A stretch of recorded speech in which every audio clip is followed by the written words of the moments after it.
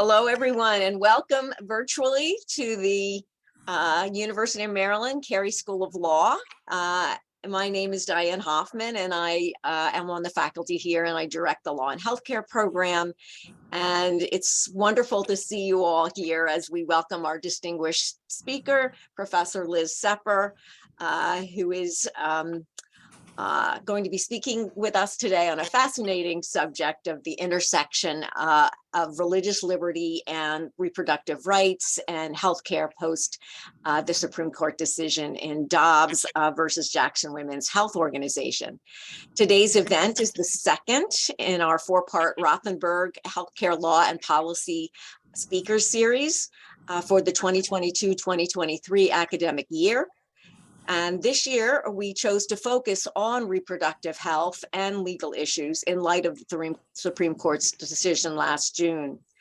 In October, we welcomed Kimberly Mutcherson, who's co-dean and professor of law at Rutgers Law School, who spoke on issues of reproductive justice in a world post-Roe. In February, we're looking forward to hearing from Professor Michelle Oberman from Santa Clara University School of Law, who will discuss doctors' risks, rights, and ethical obligations when providing abortion information. And our fourth speaker is still in process, so we are advertising this one as our mystery speaker. So stay tuned for more on that as we get into the spring semester. This series was established with funding from the Karen Rothenberg and Jeffrey Seltzer Law and Healthcare Program Endowment and focuses on contemporary issues in healthcare law and policy. Professor Rothenberg, as many of you know, was our former dean and also founded and directed the Law and Healthcare Program for many years. The past year's themes of the series have included health inequities exacerbated by the COVID pandemic, the future of genetics, and the legal policy and ethical issues that raises, and justice in health law. Our speaker for today, as I said, is Elizabeth Sepper from the University of Texas at Austin School of Law. Professor Sepper is a nationally recognized scholar of religious liberty, health law, and equality. She's written extensively on conscientious refusals to provide reproductive and end-of-life health care and on conflicts over religious entanglement with state-owned hospitals and healthcare systems, as well as the legal anti-discrimination obligations of public accommodations. She has recently been interviewed by a variety of news outlets regarding the new legal landscape post-Roe. Professor Sepper's articles have appeared in top law journals, including the Yale Law Journal, the Columbia Law Review, Virginia Law Review, Northwestern University Law Review, and Harvard Journal of Gender and Law. She is also the co-editor of the book Law, Religion, and Health in the United States with Holly Fernandez Lynch and I. Glenn Cohen, which was published in 2017 by Cambridge University Press. So we are thrilled to have Professor Sepper join us today to discuss religious liberty and reproduction. Thank you so much to Professor Hoffman and Rebecca Hall and all of you at the University of Maryland. I'm delighted to be here and to see some familiar names in the participant list. So I'm going to go ahead and share my screen. I have just a few slides to give you something to look at beside my giant head. So I'll be talking today about religious liberty and reproduction. And this topic could prompt visions like this here with the pro-life protesters, or of Alabama governor's signing statement here. But that earth is well trodden. So what I want to talk about today is about religious liberty under abortion bans and what it means to be able to freely exercise one's religious beliefs related to reproduction in states where abortion or maybe increasingly other reproductive services have been banned or restricted. So I put up here a quote from Planned Parenthood v. Casey, but we could go back to Roe v. Wade as well, for the Supreme Court's acknowledgement that abortion raises issues of conscience and religion about which people disagree as a matter of faith. as well as politics. And that's really what's at stake when we're thinking about these abortion bans, the effect on those who do not believe that life begins at conception or have a complex array of understandings of trade-offs between values under their religious belief system. So this map from the New York Times gives a sense of the state of play. So as we know, a large number of states throughout the South, stretching into the Midwest, now have full or close to complete bans, 6-week ban there in Georgia. And a handful of states also have 15, 18, or 20-week bans. And some of these have been subject to contestation. We also know that under a number of these state laws, furnishing aid to a person seeking an abortion may be prohibited. We know that employers who have promised to pay for abortion services or for workers to leave the state to seek legal abortion services have been threatened with criminal sanction. And there are bills that have been proposed in some of these states or others that would actually prevent dissemination of information about abortion services. And we've already seen lawsuits filed raising religion under federal and state constitutions and state religious freedom restoration acts. And thus far, there's 2 categories of plaintiffs who have been involved. The first are pregnant women who, for example, point to Jewish law requiring them to protect their own health and welfare over the continued existence of a fetus under certain circumstances. And the category of pregnant women, of course, is the largest group of people affected by abortion bans. We know that 1 out of 4 women will have an abortion by age 45. And religiously affiliated women often obtain abortions. Catholic women, for example, get abortions at approximately the same rate as all other women. And for some of these women, religion will motivate that decision. The second set of religious freedom claims that we've seen, and these are often brought in the same action, come from religious leaders and nonprofit organizations who argue that abortion bans present an obstacle to their ability to counsel congregants in favor of abortion.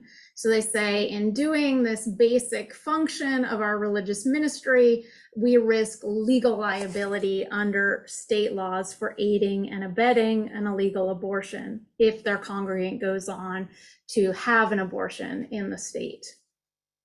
To these set, I would add a third category that may, I suspect, eventually emerge, and that is physicians or other healthcare providers who are maybe charged with violating criminal abortion bans by intervening to save a patient's life or health. So I have long argued that conscience can drive doctors to deliver abortion care as often, if not more, than it drives them to refuse to deliver abortion care. And so for some doctors, that conscience will be religiously informed, and in some circumstances, they may act providing an abortion that may turn out to be illegal under state law and may raise religion in their defense. So what are these? So let's see, where am I? No. Okay, so I want to tee up the standards that exist. What are we talking about when we talk? And it seems like my slides are slightly out of order. But I want to begin with the legal framework regarding religion. And so we're talking here about constitutional provisions. We're also talking about statutes that generally entitle religious believers to seek exemptions in court, and then statutory exemptions. So these could be built into statutes directly. You could have a statute that bans abortion, but grants that people of the Jewish faith can continue to have abortions. This would run into potentially other constitutional problems, but it's a sort of category we're talking about when we talk about statutory exemptions. And these operate at both the federal and the state levels. So in terms of, get out of order. I'm not sure what happened here to my slides, but what we have initially is the U.S. Constitution, and that the Constitution provides protection against establishment of religion and the free exercise of religion. And between 1963 and 1990, the Supreme Court interpreted the Free Exercise Clause as offering relatively extensive protection, where a law imposed a substantial burden on the exercise of religion. So it looked something like what you see here. But then in 1990, the Supreme Court determined that instead, neutral laws of general applicability would stand. So laws that don't target religion specifically and apply equally to believers and non-believers would not be subject to strict scrutiny, would not receive special constitutional inquiry or exemption. So the result was that the Supreme Court substantially lowered the bar that laws had to meet to survive a constitutional free exercise challenge. Now, the compelling interest test that this Smith abandoned in 1990 was restored by Congress and 21 states in the early 1990s.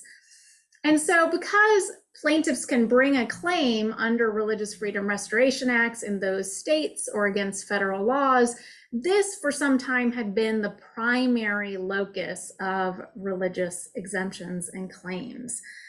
So the contraceptive mandate litigation, the Hobby Lobby case, involved not the Constitution, but rather RFRA here. But in the last few years, the Supreme Court has undermined, though not yet overruled, its 1990 decision in Smith, and I'll explain how that shift may affect constitutional challenges to abortion bans. Okay, so what does a religious claimant have to do? Well, both constitutional and statutory claims require as predicates religiosity, the claim has to be religious, and sincerity, and neither of these has been much of a hurdle. So definitions of religious exercise or religion generally are capacious under US law. This is the definition that RFRA uses. So religious objectors don't have to point to any formal doctrinal teaching of a church. The religious teaching doesn't need to be central to what it means to be a good member of that faith, whether that faith is Catholicism or Buddhism, etc. But what we do know that a number of religious denominations, including the Presbyterian Church, Reform and Conservative Judaism, the United Church of Christ, and the Unitarian Universalist Association, all have teachings, formal teachings on the importance of abortion, at least in certain circumstances. So to give you a little bit of flavor for this, as one lawsuit filed in Indiana describes, many religions do not share the belief that life begins at conception. So this lawsuit cites Jewish law that does not treat a fetus as a person and commits to preserving the life and health of the mother. So these commitments, the lawsuit says, means that an abortion should be allowed if necessary to prevent the mother's mental anguish that could arise from severe physical or mental health issues, even if there is not a physical health risk that arises to the level to create an exemption under Indiana's criminal abortion ban. The same lawsuit also notes that Islam rejects fetal ensoulment at conception and tends to indicate a window where abortion is authorized for any reason, and that beyond that window allows or even directs that abortion is morally right. So it's also important to note that in thinking about religiosity, claimants have to allege religious rather than philosophical or moral convictions, but the fact that political positions may overlap with religious decisions in favor of abortion doesn't matter. If that mattered, then presumably we would not have seen an accommodation of anti-contraception objectors like Hobby Lobby or physicians, for instance, who refuse to provide abortions. I do want to resist here, though, the notion that religious exemptions from abortion bans are necessarily aligned with progressive values, right? Traditionalist views of gender and motherhood equally could shape claims for religious exemption, right? You could consider a pregnant woman whose religious faith calls her to stay home because only biological mothers can properly care for small children. And yet she finds herself pregnant with a high-risk pregnancy that will substantially impede her ability to care for her children. And we do know that many religions prioritize duties to living children or other family members. Okay, so that's religiosity, and it's not a high bar. Sincerity, too, is a relatively low bar, right? So the idea that reproductive regulation will put the pregnant person's free exercise of religion at stake has quite a long history. The fact that decisions to reproduce, to carry, or terminate a pregnancy were decisions of conscience was so commonly understood in the 1960s and 70s that the early abortion rights movement debated whether to use the term pro-choice, which they ultimately settled on, or to discuss abortion in terms of conscience. Conscience doesn't have to be religiously motivated, of course, but for people of religious faith, it often is. There's a longer history too. Even after Roe in the late 1970s, advocates filed suit against federal restrictions on abortion funding, relying in part on the free exercise clause and the establishment clauses of the First Amendment. And it led one federal district court to hold that the right to free exercise encompasses some abortion-related rights. This decision was later reversed for lack of standing, but in some sense, it also stopped movement actors on the pro-choice side from raising religion in lawsuits the way that we're seeing them do now, which they started to do just a few years ago. And I think what one signal of the sincerity of pro-choice religious decisions lies in the reaction of anti-choice movement actors who have long acknowledged and feared religion claims in favor of abortion. So after the Smith decision that I described that changed the constitutional level of scrutiny for laws that burdened religion, several anti-abortion groups opposed the enactment of the Religious Freedom Restoration Act. And that was because they thought that in Planned Parenthood v. Casey in 1992, the Supreme Court would overrule Roe. And they worried that the right to religious liberty would be implicated and would work to overcome abortion bans that they saw on the horizon. Now, in law and religion circles, one now encounters skepticism that claims to free exercise of abortion could be well-founded and sincere. And I just want to say that frankly horrifies me. It suggests that scholars who treat concerns about access to wine and beard length as deserving of unquestioning respect have not considered that a woman's moral and religious convictions shape, indeed may drive, her reproductive decisions. And this reaction again presents a stark contrast with their treatment of Hobby Lobby, a multi-billion-dollar corporation that used to include emergency contraception in its insurance plan before the ACA, and only moved to exclude it at the urging of the Becket Fund in preparation for litigation against the contraceptive mandate. In fact, it's hard to believe that claims of religious commitment to abortion wouldn't be well-founded. We're not talking about religious groups who don't want to pay minimum wages, whose sincerity too is widely accepted in scholarship and doctrine. We're talking about doctors who are confronting 9 and 10-year-old girls who are pregnant. We're talking about women newly diagnosed with cancer who won't live to see their existing children grow up unless they begin treatment. And we're talking about parents living in poverty for whom making the decision to terminate the pregnancy is one of moral commitment to their existing children. Okay, so To secure a religious exemption under a state Religious Freedom Restoration Act, and here this is the federal act, but many of the state versions look something like this, so they vary in their particulars. Plaintiffs have to show a substantial burden. This has been somewhat contested in recent years, in particular with the Hobby Lobby litigation. But basically what plaintiffs need to do is to show that the law restricts their ability to act in accordance with their religious faith or requires them to act in ways that their religious faith bars. And traditionally, the way we've thought about this is to think about that word substantial, and to do the kind of analysis that courts often do, thinking about proximity, necessity, how much does the law require you to do, and how much does it infringe your religious beliefs then? Are there alternatives that you have, different organizational forms you might use? Now, the Hobby Lobby court destabilized this understanding that I think basically characterized the law prior to that decision. It alternatively suggested that a substantial burden was a financial penalty for non-compliance. How much do you have to pay? What are the consequences of not complying?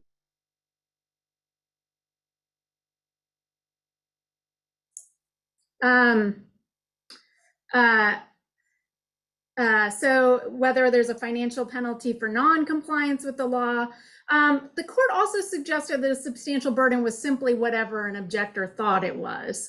And this opened up a fair amount of contestation over the term, some of which is consistent with what I see as an ongoing attempt in the last year to draw up the ladder, to create a religious free exercise doctrine that systematically favors or can be more easily manipulated to favor religious conservatives.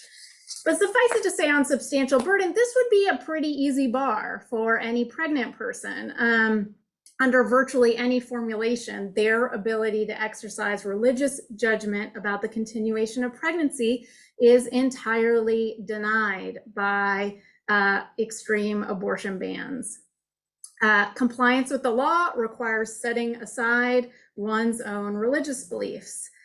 And pregnant people don't have options, right? You only get one life, one health, one liver, one opportunity to see your children grow up. Also, to the extent these laws prohibit religious leaders from counseling about abortion, they also seem to amount to a substantial burden, striking at the very heart of what ministers do. And the penalties for non-compliance can obviously be extreme, ranging up to life imprisonment. So the plaintiff seems able to make out the claim of substantial burden. Then the government has to prove that the law, in this case the abortion ban, furthers a compelling government interest in the least restrictive way. So the state interest here would be protection of fetal life, and I think it's highly likely that the Supreme Court and lower courts would treat it as a compelling interest. That said, the meaning of compelling interest is also substantially in flux. Again, in Hobby Lobby, the court suggested two ways in which compelling interest has shifted. So first, the court suggested that the government has to define that interest quite narrowly. So in the past, the government used to be able to say, hey, our interest is in a functioning tax system or social security or public health or sex equality. But in Hobby Lobby, the Supreme Court said, no, that's too general. The contraceptive mandate, for example, could not be justified by public health and sex equality, but by a narrower interest in copay-free contraceptive access. So you can see that that sounds less important. Sex equality sounds quite important. Copay-free access to contraception sounds less important. The other way that the court has changed the meaning of compelling interest is probably the one that's more important to this context. The court has suggested that compelling interest has to be determined at the level of the individual. So the Hobby Lobby court in particular emphasized this stray sentence from a 2006 RFRA case, which said the compelling interest test is satisfied through application of the law to the person, the particular claimant whose sincere exercise of religion is being substantially burdened.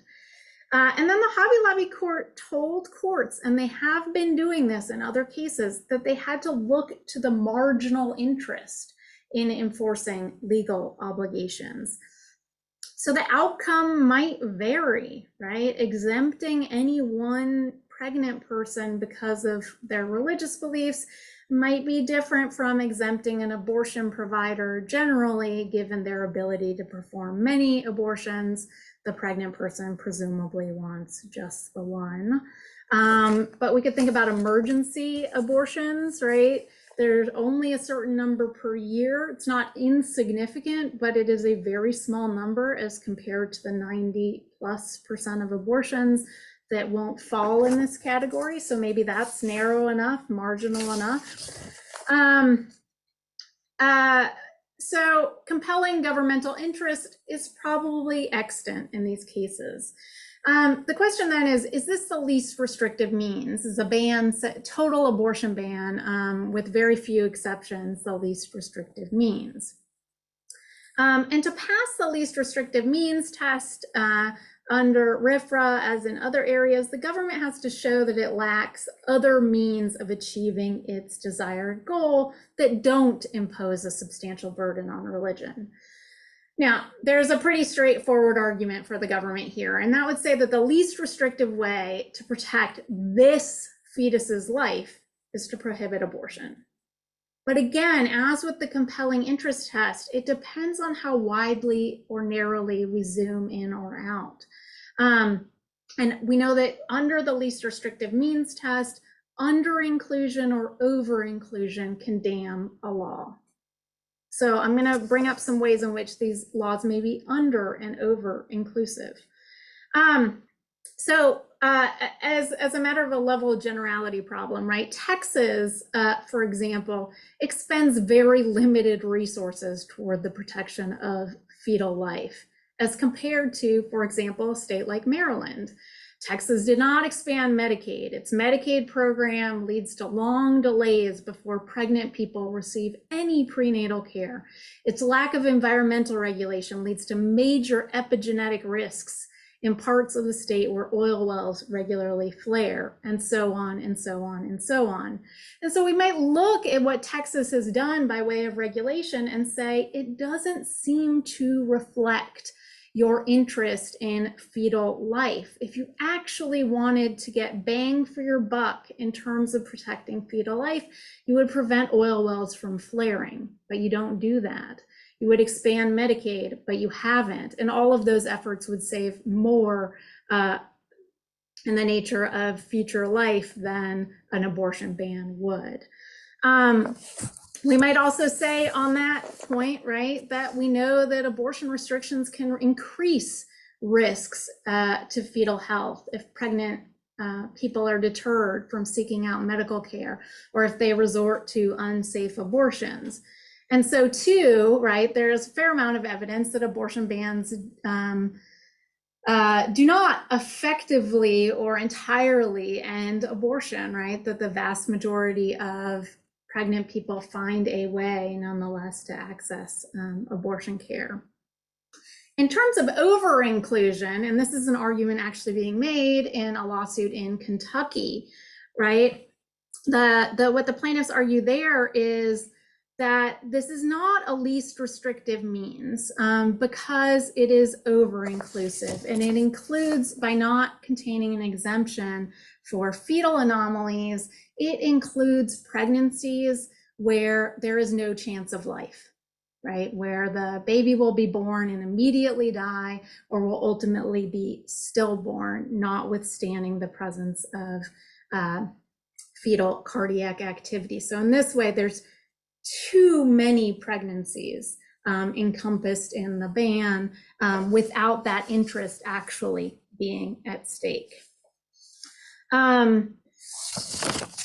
So that's the basic argument in favor of, or on both sides of this particular issue. So what may happen here, right? So we have a number of different plaintiffs, both in terms of pregnant people and religious leaders. We are seeing some signals in state courts and perhaps some signals from trial courts at the federal level that they are open to these kinds of arguments. In what is a sort of precursor lawsuit, which just led to a decision in September, Baptist and Unitarian claimants successfully challenged on religious grounds an Indiana law. And you may recall this kind of abortion restriction. It required that healthcare providers cremate or bury embryonic and fetal tissue following an abortion or miscarriage, regardless of their patient's wishes. And these plaintiffs challenged this law on religious grounds. They did not want to see their embryos or fetuses buried, but rather thought that they were not full human lives and therefore should not be treated as such as a matter of their religious beliefs. And they prevailed. It will now be on appeal to the Seventh Circuit.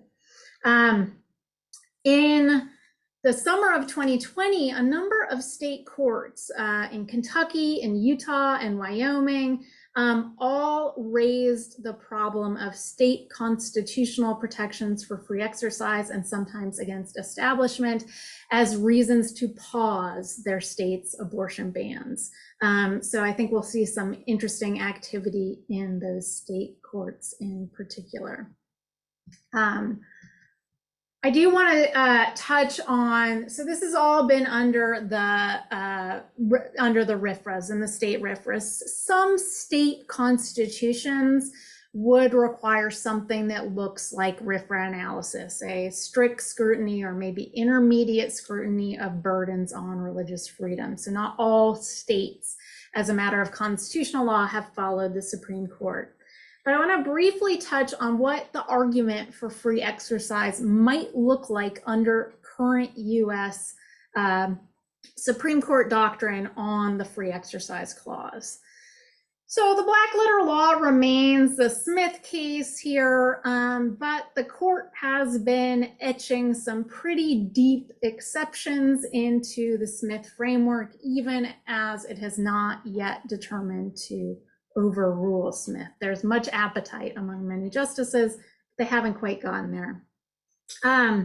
So we could look at this and we could say, okay, abortion bans are neutral and generally applicable. They don't apply to religious believers alone. They apply to both religious and non-religious believers of all various types. They apply broadly, don't have a lot in the way of exceptions where we would think, okay, well, this is meant to target, say, people who are of Jewish or Muslim faith. No, I think we would say these apply generally. There might be some disagreement here. But the Supreme Court has also allowed a number of exceptions. So let me skip animus for a moment and talk about individualized exceptions. So just recently, the Supreme Court really emphasized in a case involving Catholic Charities and its performance of a contract with the city of Philadelphia to place foster children, that a system of individualized exceptions was problematic, that you couldn't have a general rule and then allow exceptions. Now, the city of Philadelphia did not allow exceptions, had never allowed exceptions, but the court read it to have at least the theoretical power to grant individualized exceptions, and therefore Catholic Charities was due one as well for religious reasons. So where might we find exceptions? Well, we might find them in the state of Louisiana. Louisiana has an abortion ban that allows for exceptions for fetal anomalies and to some degree maternal health. And this has prompted actually quite a bit, a number of hearings and back and forth over what those exceptions would be, with the state focused on developing a long list of exceptions put forward by physicians. Well, that seems to suggest that they are willing to grant individualized exceptions as cases arise, and perhaps that as individual cases involving religious liberty arise, they should grant exemptions there too. Okay, so what about animus?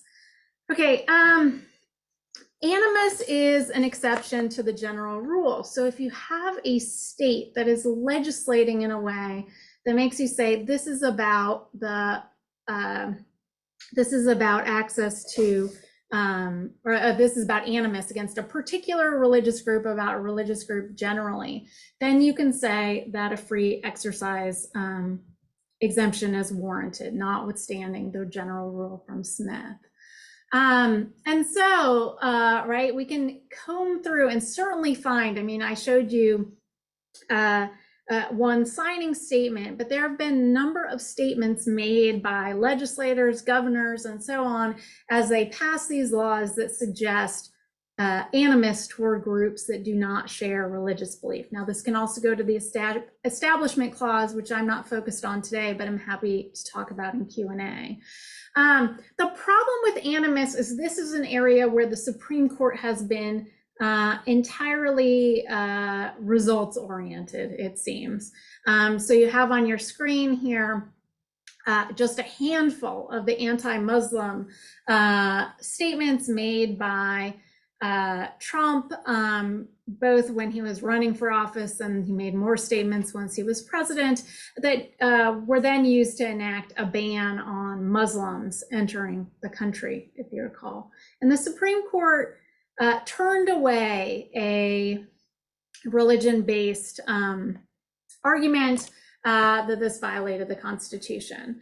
By contrast, in a case involving a conservative bakery that did not want to make a cake for a same-sex couple for their wedding reception, this one statement here about the history of religion's invocation to justify discrimination, this invocation by one commissioner on a 7-commissioner panel that then was affirmed at multiple levels without any such evidence of animus, was enough in Masterpiece Cake Shop for the court to say there was animus against the religious objector.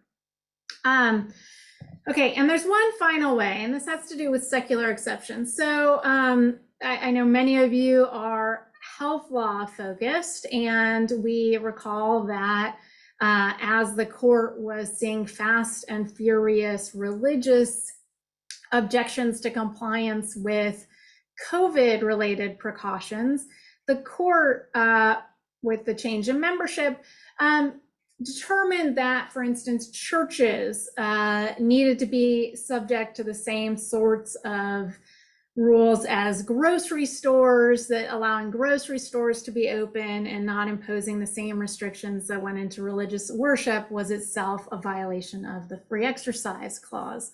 And this is what we've grown to call the most favored nation view, which is if you have any secular exception to a general rule, then you need a religious exception. So how might this play out in the abortion context? Well, abortion bans have exceptions. They have grown much more narrow and few as compared to, say, a decade ago or even 5 years ago. But some abortion bans still have exceptions for rape and incest. That would seem to undermine the goal of preservation of fetal life. And so it would seem that then a religious exception would be in order under the kind of analysis that the Supreme Court did in the COVID cases. Others have exceptions, for instance, for fetal anomaly or for certain fetal anomalies, right? I think the state interest is particularly weak, where the state has set up a sort of strange system where fetal anomalies before the 20-week mark can result in abortion, but after that point, when they're mostly discovered, they cannot, right? That seems to be one where under both the strict scrutiny, least restrictive means test and under any secular exception where the state interest seems to fall apart, and it looks like the religious claimant should get an exception. But I want to bring up what I see as actually the largest secular exception. It's not rape or incest. Many states like mine now only have life or really extreme medical emergency exceptions. The big exception to the abortion bans is that most of them do not apply to the pregnant person. And I think this shows the absence of a strong interest in enforcement. Perhaps that made sense in a regime where nearly all abortions were procedural, but new bans were passed with the full knowledge that there will be no abortion provider. A great number of people will instead obtain medication abortion pills via the internet from foreign or out-of-state sources. And many will even do so preemptively or proactively to prepare for the possibility of an unwanted pregnancy. So that's a giant exception in the middle of these abortion bans. Hearing all this might make you think that there is a strong claim to religious exemption from abortion bans. And I think that's right.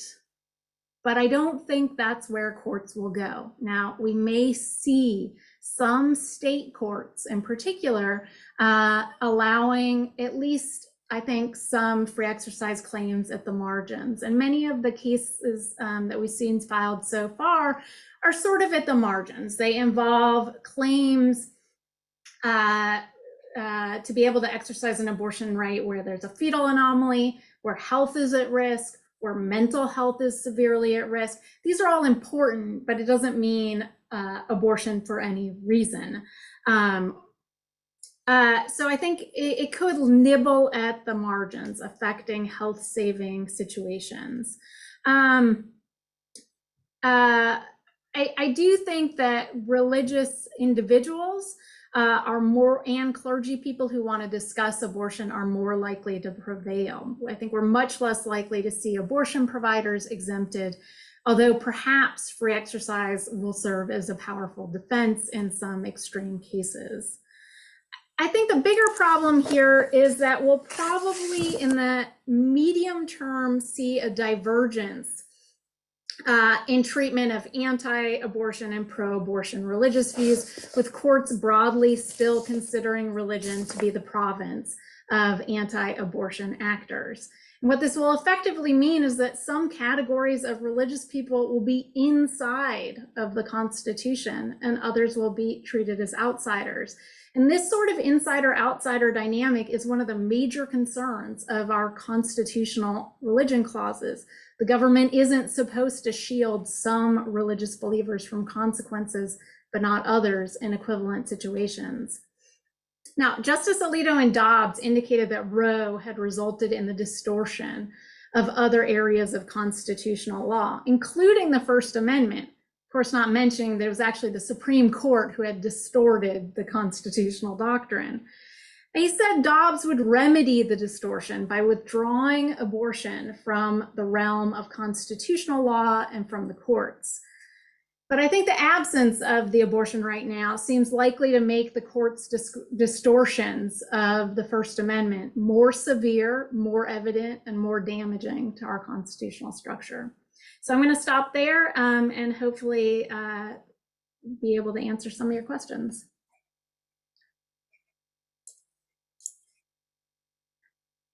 Stop sharing there. Okay.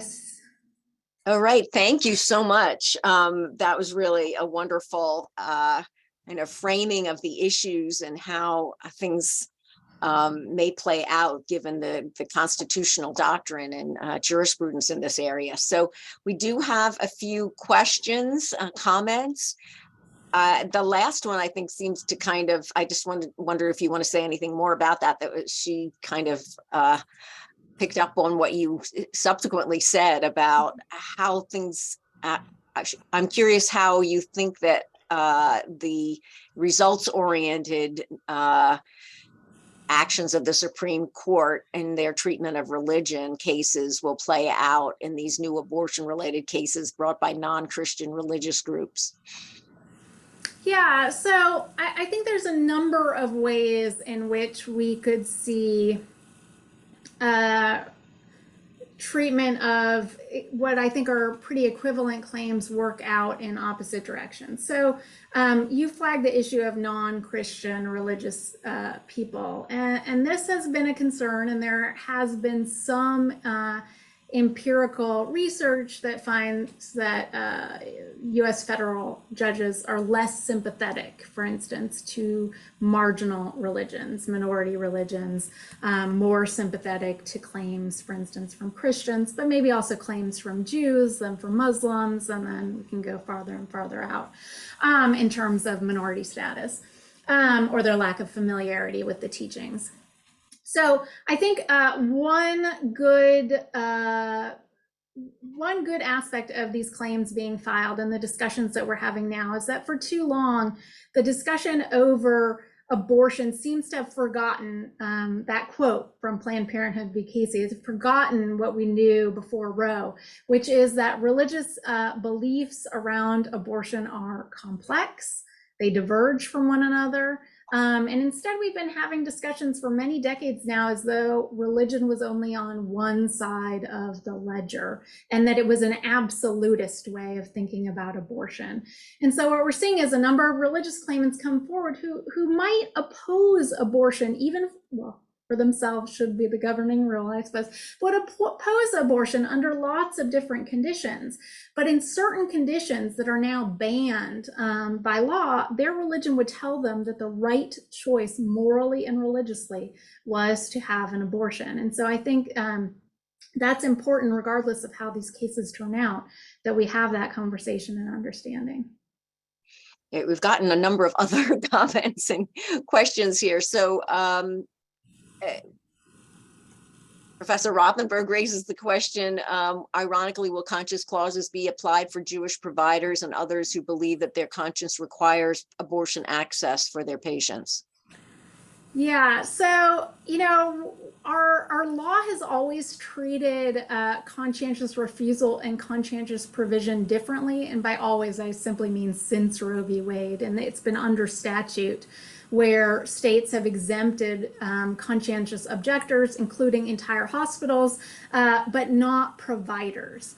And so I do think this is an area where we will see discussion around conscientious provision, but I suspect that we will see, we're much more likely to see providers exempted as a matter of defense, which means first and foremost that they would have to have committed an act subject to criminal sanction.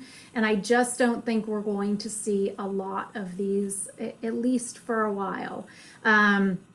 So I'm not sure that I think that, say, if Jewish OBGYNs filed a class action seeking to be able to provide abortions, that they would lose. And sort of how I walked through the way that a court could get there, I think that many state courts and certainly federal courts would get there and determine that they could not, in fact, be exempted. A comment from Janice Singer. She says, ironically, your analysis suggests that the more draconian abortion ban, the easier it will be to defend against a free exercise claim, since there will be fewer exemptions. This seems very troubling.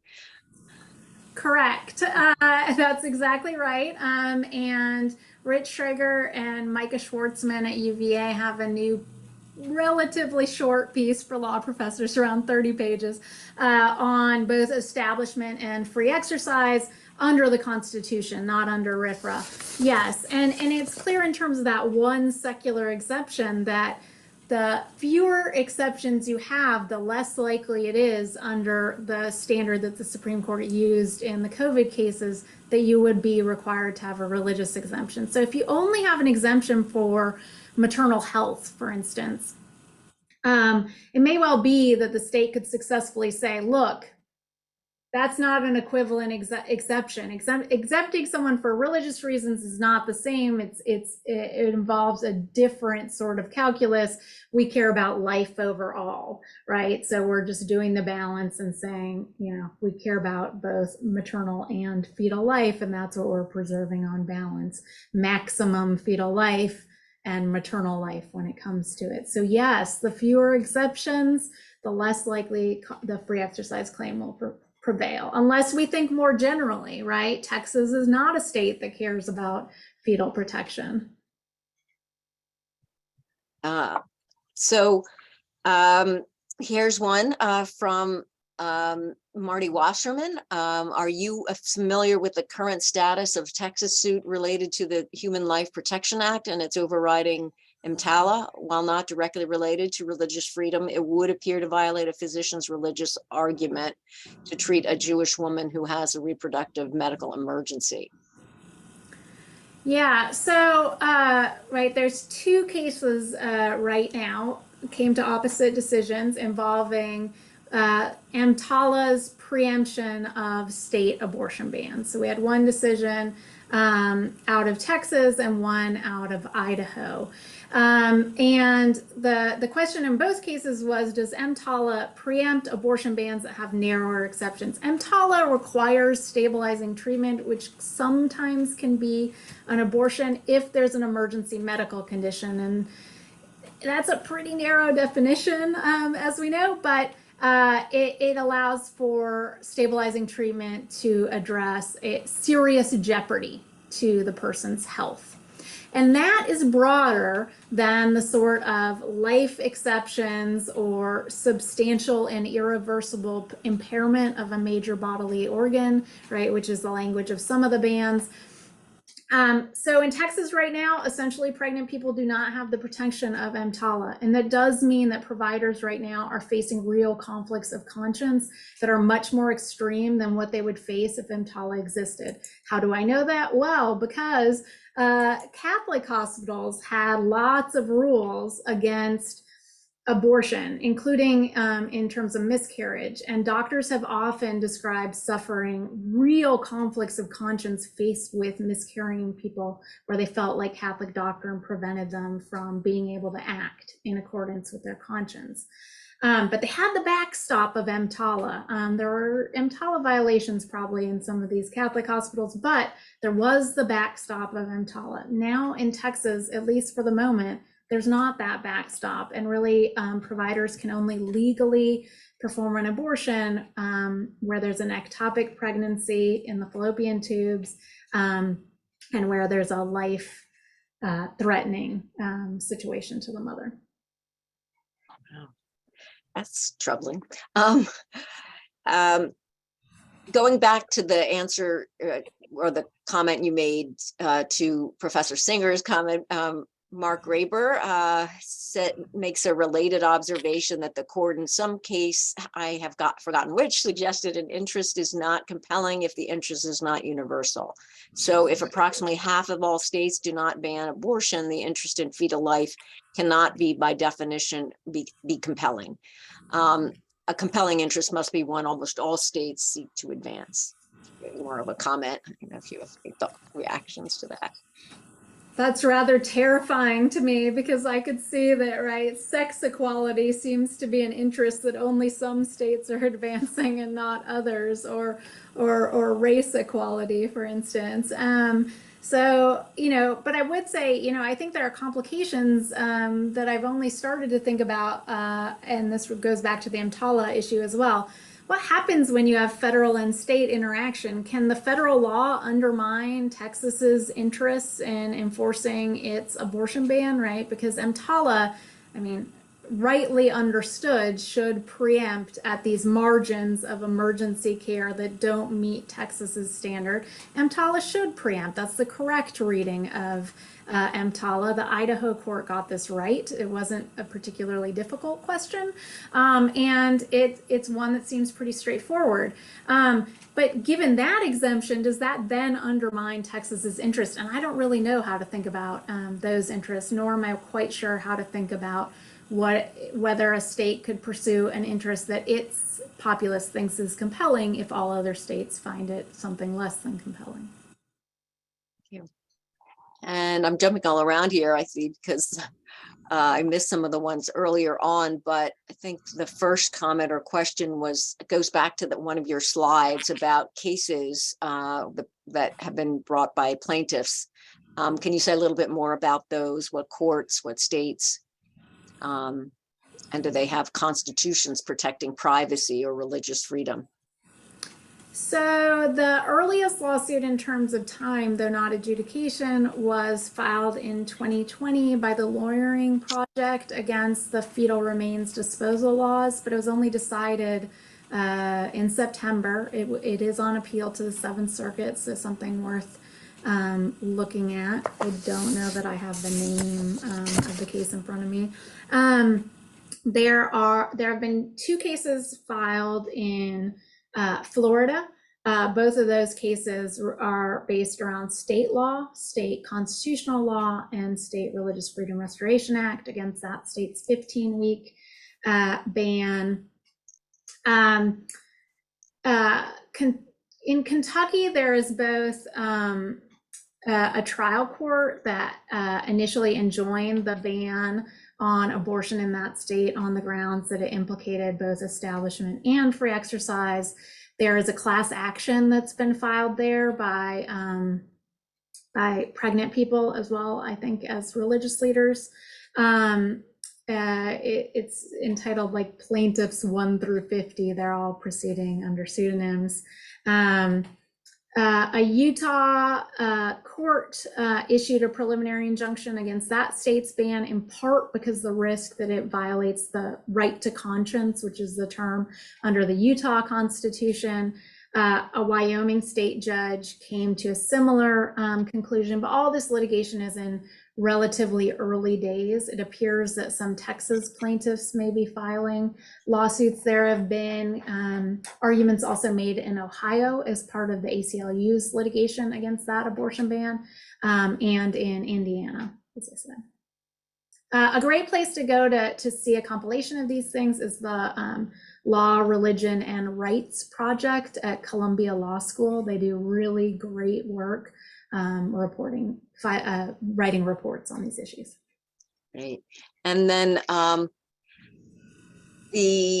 don't know if you want to say anything more about the Establishment Clause, kind of an open-ended question. Also, the other question we have, the last one, was how will the Idaho and Texas conflicts ultimately be resolved? So they will have to be resolved, the EMTALA conflict. So yeah, the Idaho is still in pretty early days. There is a notice of appeal in the Texas EMTALA litigation. I suspect we may end up with a circuit conflict and then be back at the Supreme Court much faster than it assured us we were going to be with the issue of abortion. As to establishment, I would again commend the recent paper by Rich Schrager and Micah Schwartzman, who go over it in some detail. The short answer is that the Establishment Clause has been hammered to a pulp by the Supreme Court, and it's not clear how much it exists anymore. I mean, just this term in the football coach case, the Supreme Court overruled, again, a case from the 1970s that had never overruled before, saying simply, we overruled this case a long time ago. And that had been the governing standard for Establishment Clause challenges, at least in school settings, and probably in cases like this. So it's not really clear what the governing law is with regard to establishment. So I think that we come to the end of the questions and the end of our hour, but I so want to thank you for really a fabulous presentation that was so really informative. I'm getting lots of comments from attendees about how much they appreciated hearing you and your thoughts about this issue and your expertise. So thank you so much, Professor Sepper, and thank you all for listening in today and for your thoughtful comments and questions. So, and please, hopefully you can all join us for our next session in February.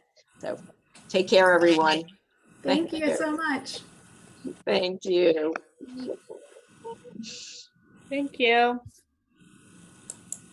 Thank you so much, Liz. Thanks, that was great. It was really fun.